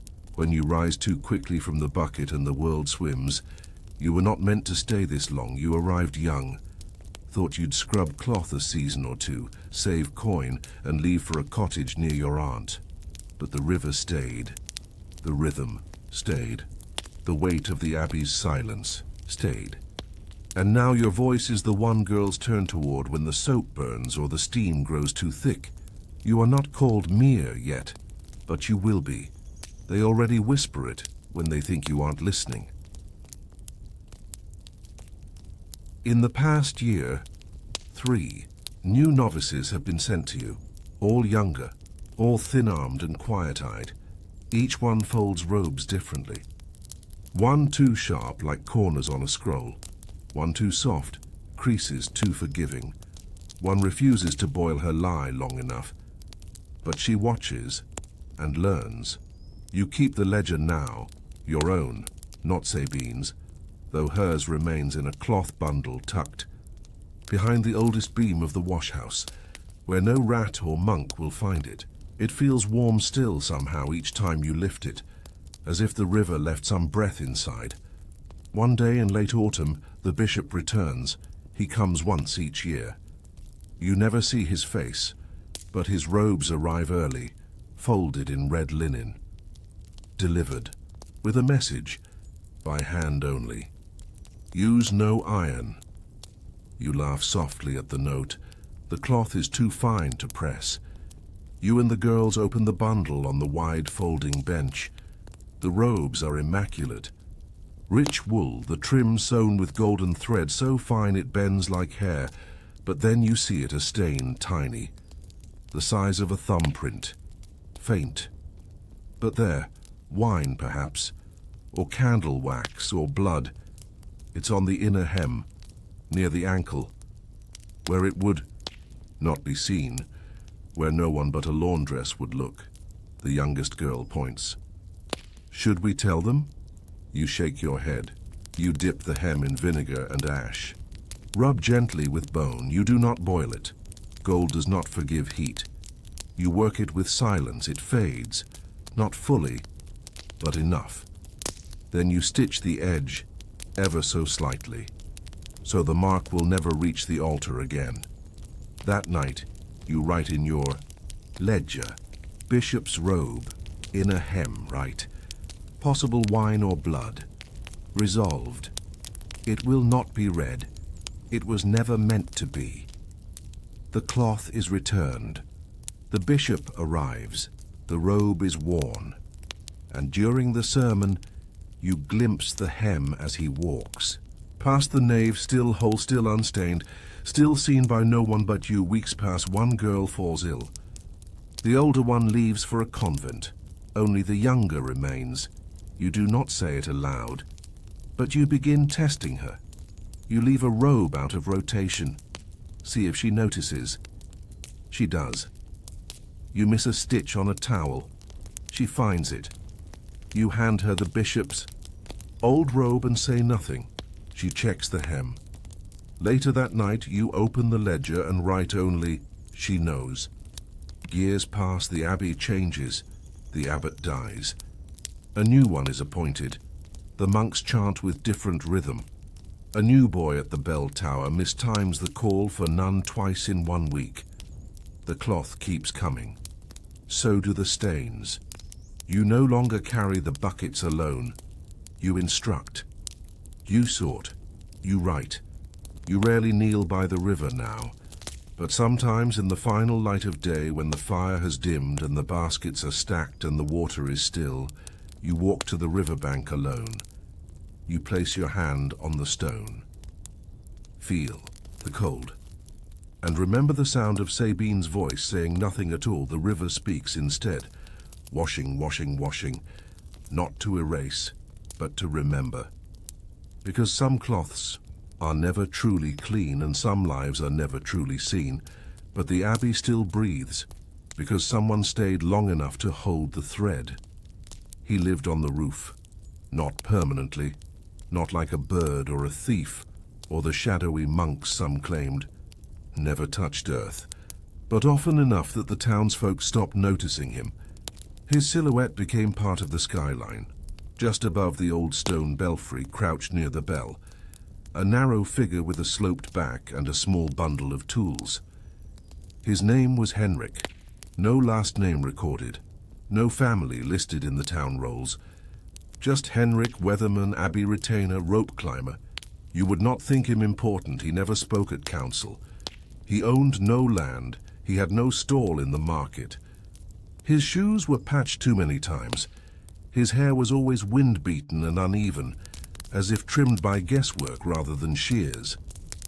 But when the wind changed, people looked up to see if Henrik had moved, because Henrik watched the sky. Not as a scholar, as a worker. He kept the strings. That's what they were called. Red threads, knotted and greased, fastened at the tops of poles across the city, on towers, over fields, near granaries and wells. Henrik had tied each one by hand. He monitored their sway, their droop, their tension. He said the strings could read the wind, that they told him when rain was due, when frost was close, when the mist would stay past noon, when fog meant just fog, and when it meant a sickness would follow. He spoke rarely, but when he did, people listened. When he said the mist was sour, fishmongers covered their barrels. When he warned of west winds, the bakers altered their dough, moister, slower to rise. When he pointed to a high, curling strand of cloud and whispered, "Wait 3 days," farmers delayed the planting. Not always, but often, because he was right more than he was wrong. He didn't use stars. He didn't own a glass globe or a sundial or a scholar's chart. He had cloth, knotted in patterns only he understood. One length of thread ran from his rooftop perch down into a water barrel, through a ring and back up. Another stretched between 2 chimneys, swaying with a squeak when the wind was from the sea. He kept a strip of linen nailed to a wooden frame. When rain was coming, the cloth darkened at the edges, long before the clouds did. No one had taught him, but the threads listened. Some monks were wary of him. He wasn't pagan exactly, but his knowledge wasn't written in Latin, and that made them uncomfortable. He wasn't rude. He bowed when spoken to, attended feast days, fixed his eyes, on the floor during Mass, but he would vanish during the readings, climb silently out the cloister window, rise up to the roof, because the clouds moved faster than psalms, and Henrik trusted them more. He kept a book, not of parchment, but thin, flattened birch, scraped clean and darkened with ash ink.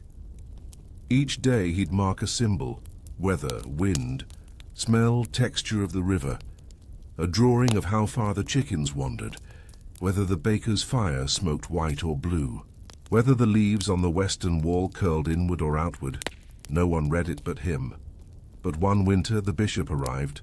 A procession, horses, banners, pages carrying books.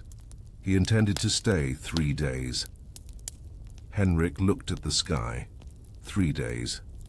Then a turning. He warned the steward. Roof will break if the snow comes heavy. The steward laughed. It's sunny. Henrik didn't answer, just tied a new string, one that pointed down, straight down. The next morning, the bishop's quarters leaked, not from rain. From snowmelt, the roof cracked under the weight. The bishop was moved. His pages muttered. The monks lowered their eyes. Henrik did not speak. He just removed the downward string. But how long could a man read the sky before the city forgets how? Thus, spring arrived early, but spoke in riddles. The sun rose too quickly. The rain stayed too long. Frost kissed the barley shoots just days before blossom. Bees disappeared. The river swelled without a storm. A wind from the east blew warm air that smelled like mushrooms and ash. Henrik noticed it all. He sat above the chapel now. His perch there gave him a better view of the upper valley. His knees no longer bent as easily. His hands trembled slightly when knotting the thread. But still, he climbed. Slowly, silently. The town never noticed when he moved locations. But the change mattered, because from the chapel tower he could see the church steeple twist in wind, because the mist that gathered by the far oak trees no longer matched the direction of the clouds, because something had shifted. He added 2 new threads, one white, one dark. The white one pointed inland, toward the woods. It dipped and pulled, never quite still. The dark one, dyed with soot and ash, hung near the grain warehouse. It fluttered even when the air was calm. Something in the air was wrong. He told no one. Not yet. Instead, he watched. He noticed strange fog over the sheep pasture. Not low and rolling, but standing. Still as linen hung too long. A heat beneath it. No wind to break it. He noted changes in birds. The swifts came late. The gulls did not follow the river this year. The geese, usually noisy overhead in April, flew low and quiet, as if trying not to be seen. The town carried on. The cloth dyers argued with the weavers over pricing. The monks hosted a festival. The mayor's daughter was married beneath an arch of hawthorn and thyme. The baker's youngest son was born on a Sunday, but Henrik's strings were never still. At night he lit a single lantern on his rooftop. No fire, just flame and wick, shielded from the wind by glass. It burned straight upward, then tilted sharply. Without warning, he marked it. He scratched the side of his wooden book with a curved line. Invisible gust. He checked his water thread the next morning, usually clear and steady. It had sunk 2 full finger lengths in the barrel, pulled taut like it had grown heavier overnight. He sniffed the rope. Mildew. The kind that only forms in summer rain, not spring. The weather had moved seasons without telling the calendar. Then the sickness came.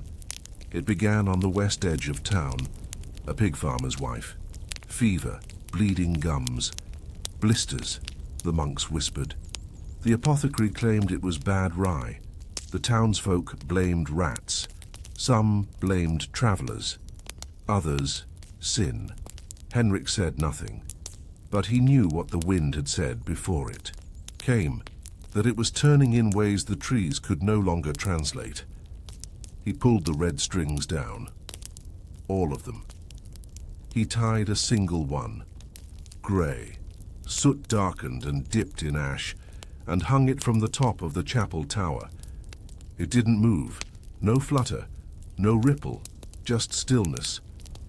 And that was worse, because still air meant no cleansing, no winds to carry disease away, no movement to scatter. Just thick, unmoving breath. the kind that hangs in alleys and cellar doors. That pools in wells and under roof beams, he told the steward. The air needs to turn. The steward blinked. What does that mean? Henrik didn't answer, because how do you explain that the threads were speaking in silence? That the sky was waiting for something but not giving it? That the rhythm was broken? The disease spread. By the next week, 5 homes were shuttered. The baker's wife, a stable boy, 2 monks, a midwife. Henrik stopped climbing for a day. The first time in years, he sat on the edge of the chapel roof and just watched. No clouds, no birds, no wind. Even the trees seemed confused, branches twisted in different directions, as if unsure where the air had gone.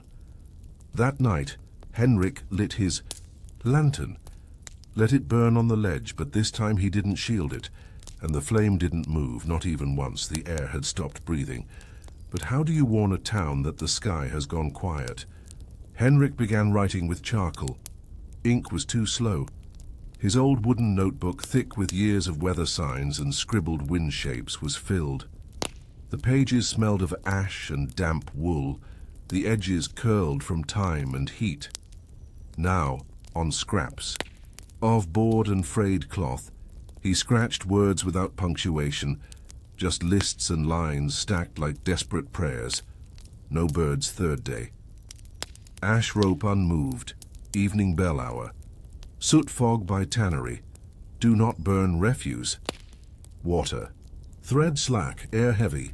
People were dying now, not in clusters yet, but steadily. 1 in each household, not always the old, often the young, often the strong. They said it was the black fever, that it came from bad air, or spoiled meat, or goats, that it came from sin, that it came from foreigners, that it came from God. But Henrik kept watching the threads. The grey one on the chapel tower hadn't stirred in 4 days. Others started asking questions now. First, the baker's assistant. She asked, "What colour thread do you hang when the sickness is passing?" Henrik didn't answer. Then the young scribe who copied town records asked if clouds meant healing or harm. Henrik said only, "If they move, they heal." The clouds had not moved. That night he walked the length of the eastern wall and hung a new rope. Black. It was not a warning. It was a record. When people saw it, they paused. 1 woman wept quietly. A monk crossed himself and muttered a blessing, but no one removed it. By now the abbey had shut its gates. The market square echoed with windless silence, and still Henrik climbed. His joints cracked. His spine ached, but he climbed, because someone had to witness it, not fix it, not name it, just record it. He tied new threads every morning, shorter ones, tighter ones. He watched them, but they did not move, and that's when he knew it was not a plague. Not entirely.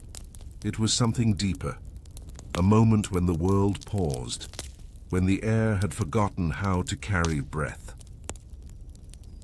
On the 12th day of the stillness, Henrik did not return to the chapel roof. He stayed beneath the belfry, scratching, marks into stone, a line for each day without wind, a line for each direction that failed to blow, a circle when the clouds held no shape. He tied a thread to the bell rope. No one rang the bell that day, but the thread fluttered. Just once. A single twitch. The smallest movement. He stared at it for a long time, then climbed the tower one last time. Sat there until dark. He didn't hang a new thread. He just let the grey one be, let it twist faintly, barely, like a breath returning. Then he descended, slowly, hand by hand, step by careful step, and returned to his room, no more than a stone cell beneath the apothecary's shed. There he lit his lamp, not for warmth, for witness. He opened his last page of notes and wrote one word: moving. In the weeks that followed, The death slowed, not all at once, but like rain easing. One morning, the butcher's daughter ran in the street. Someone baked again. A baby was born and did not die. People still died, but they breathed easier while doing it. The wind had returned. But Henrik did not. He died quietly. No procession, no Candlemas, but the town buried him near the west wall, under a stone with no name, just a carved thread, one line, 2 slashes, like the old warnings. Later, a young boy, one who had once seen Henrik tying rope above the bakery, began watching the weather. He noticed how the crows flew lower before rain. He tied a ribbon to the door, it fluttered, and someone remembered that once a man with no title read the sky and taught it how to speak. It wasn't much of a bridge, not the kind painted in books or carved in scrollwork across cathedral walls. No arches of stone, no lions at its corners, no saints etched into its sides. Just a wooden span of creaking planks held up by 3 squat piers sunk into the slow brown river. Some said it had been there forever, others said it was rebuilt every other winter. In truth, both were correct, because the village bridge always broke and someone always fixed it. Not masons, not lords, not royal surveyors with parchment and quills. Just 3 men. Each year, before the rains, they gathered. Not by invitation, not by order, just by the knowledge that if they didn't, the town would divide. The river split the village. On the east, the baker, the church, the steward's house, and the mill. On the west, the fields, the sheep, the charcoal pits, and the track to the next town. Without the bridge, the miller's sacks wouldn't reach the grain. The priest wouldn't reach the dying. The coal wouldn't reach the hearths. It wasn't ceremony, it was necessity. So the men came. There was Thomas, the carpenter, wide-backed, quiet. He'd built most of the stools in the alehouse and all the door frames in the row nearest the church. There was Edric, the mason's cousin. Not a mason himself, but strong, clever with tools, and cursed with a memory that could map a joint by sight. And there was Leif, the millwright's son. Small hands, quick fingers, known for setting beams straight, even after his father's sight had gone. They met each year on the same morning, 2 weeks before the first, in the trade, in the footsteps, in the voice that could carry from the mill to the market because the gap between was closed by wood and sweat.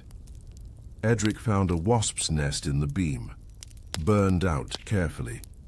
Thomas realigned a post with his shoulder, twisting, until the joint groaned. Leif patched the far joint with scrap from an old wagon axle. By noon, their shirts were soaked, their hands black with pitch, but the center held. And as the first cloud gathered over the fields, they laid the last plank, not new, but mended, fastened by 3 men who would never be painted in glass or named in scripture, but without whom the priest would walk through mud, and the baker would burn his loaves waiting for grain. They packed the tools. They didn't speak of next year. They didn't have to, because the river would rise again, and the bridge would falter again, but someone would remember the way it fit together. Still, what happens when the hands that remember grow too old to lift the beams? The rains came early, not storms, not thunder, just the slow, soaking kind that crept into walls and softened thresholds. The kind that made straw smell like sour milk and turned the road to paste. By the 2nd week, the bridge had begun to sag.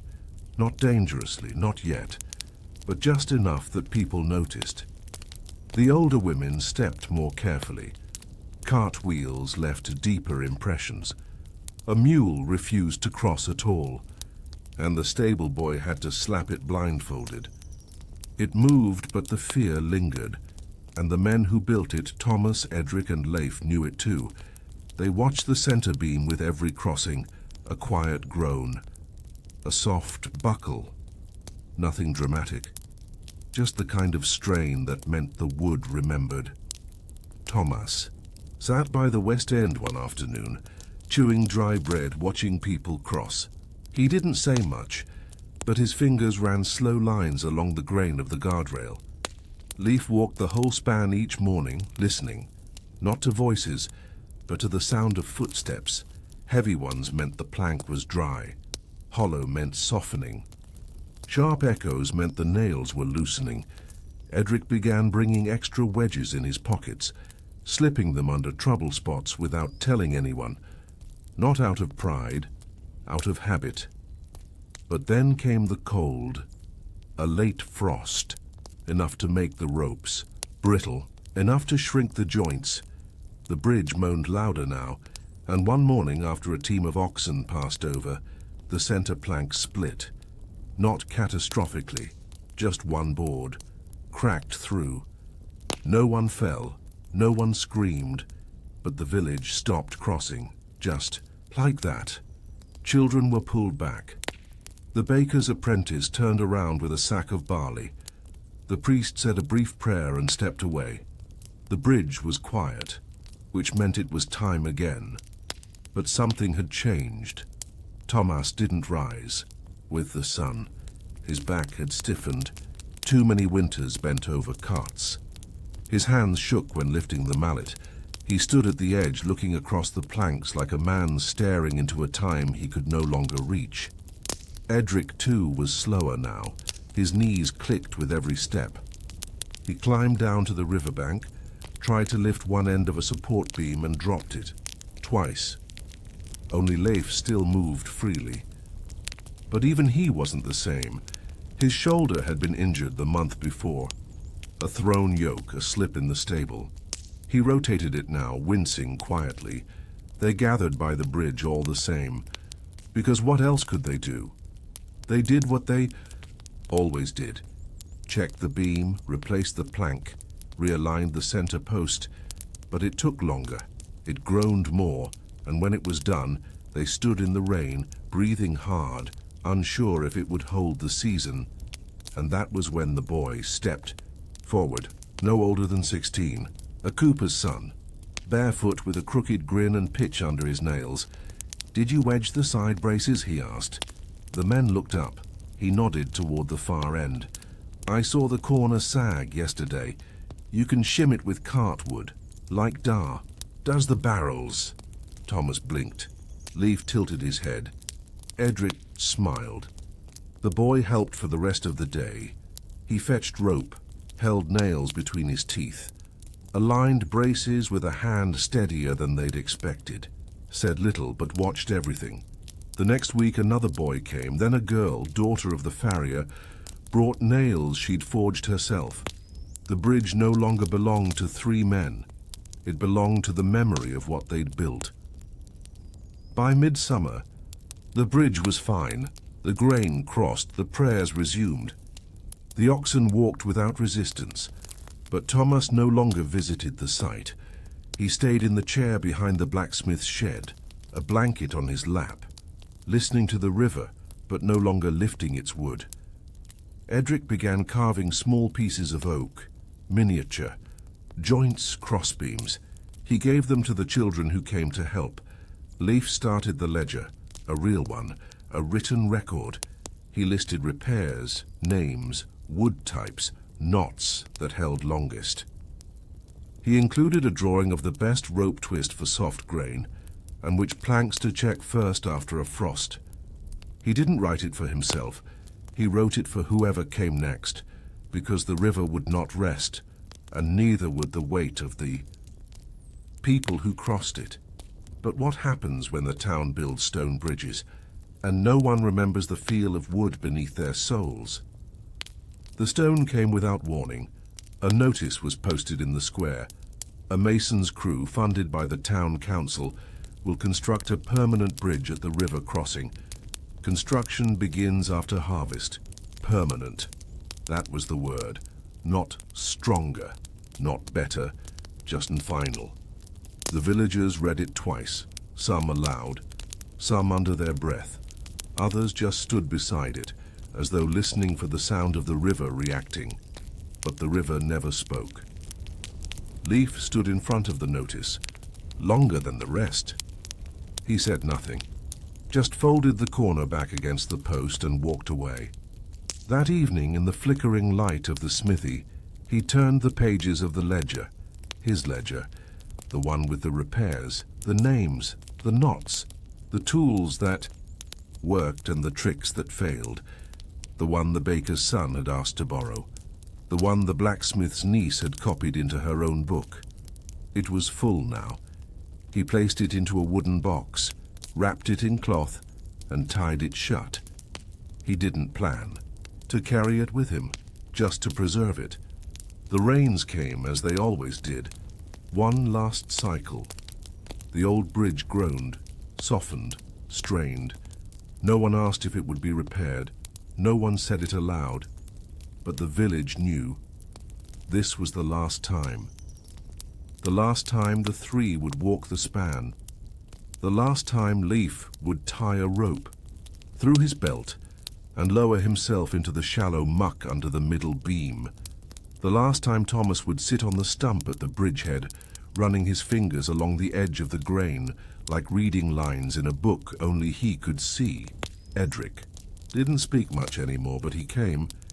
He brought an iron wedge he'd been shaping all winter. It wasn't needed, but he gave it to the boy who helped them anyway. "You'll find a use," he said, and the boy nodded, confused and proud. For 2 days, they worked, not to rebuild, just to keep it whole. The last plank they placed was salvaged. From a fallen cart axle, dried and sanded smooth, Leif carved a simple mark beneath it, B48 hammer. 2 slashes, a number, the 48th repair they'd made together. No blessing, no song, no plaque, just that mark. And then they walked back across, one by one. In a month the masons came, with wagons, with chisels, with scaffolds and measuring cords. They drove stakes into the earth, dug foundations into the banks, shouted commands in clipped Latin. The old bridge wasn't torn down, it was simply left to rot, bit by bit, board by board, until only the uprights remained, soggy toothpicks in the shallows, still holding nothing, still holding space. The villagers walked the new stone with uncertain feet. It was colder than wood, firmer, less giving. Some said it was progress, others said nothing at all. But one boy, now nearly grown, walked the river's edge a week after the stone bridge opened. He brought no tools, just the old ledger, borrowed from Leif's box. He sat on the stump where Thomas once rested, opened the book and began copying. Not to preserve, but to learn. Because even if stone stands longer, it doesn't remember. It doesn't creak under footsteps. It doesn't warn with groans. It doesn't ask to be touched or seen or cared for. It just is. But the village was not made of stone. It was made of wood, rope, and memory. The boy copied every page. When he finished, he added one of his own, a drawing of the old bridge. 3 figures. On it 1 plank in mid-repair and beneath it just 1 line. They kept us together. Before the cock crows, before the blacksmith's fire is stoked, before the monks begin their chanting or the baker lays hand to dough. The cowherds are already walking across Devonshire's muddy fields, narrow-hedged lanes, and mist-draped commons. A quiet procession begins. Not a parade, not a marked route. Just boots through frost, breath like smoke, and a low, steady murmur of hooves and leather leads. You might miss it entirely if you weren't awake, but it happens every morning. These are not landowners, not farmers. They are walkers of milk, men, and sometimes older boys, whose names are barely written, who don't own the beasts they guide, who don't till the fields they pass, but whose footsteps keep the village running, whose quiet hands carry warmth through winter. They're called cowherds, or simply drovers. Sometimes milk boys, but their role is older than title. They move cows from scattered pastures toward the central sheds, from one village to another, from rented land to lords' barns, from damp, wind-bitten hills into warm milk stalls. The cows know the rhythm, so do the men. They rise before the sky has turned, pull on wool that never fully dries, wrap fingers in cloth that still smells of straw, tug boots stiff with yesterday's mud. They step into the dark with nothing more than a stick, a whistle and a lantern if the moon is hiding.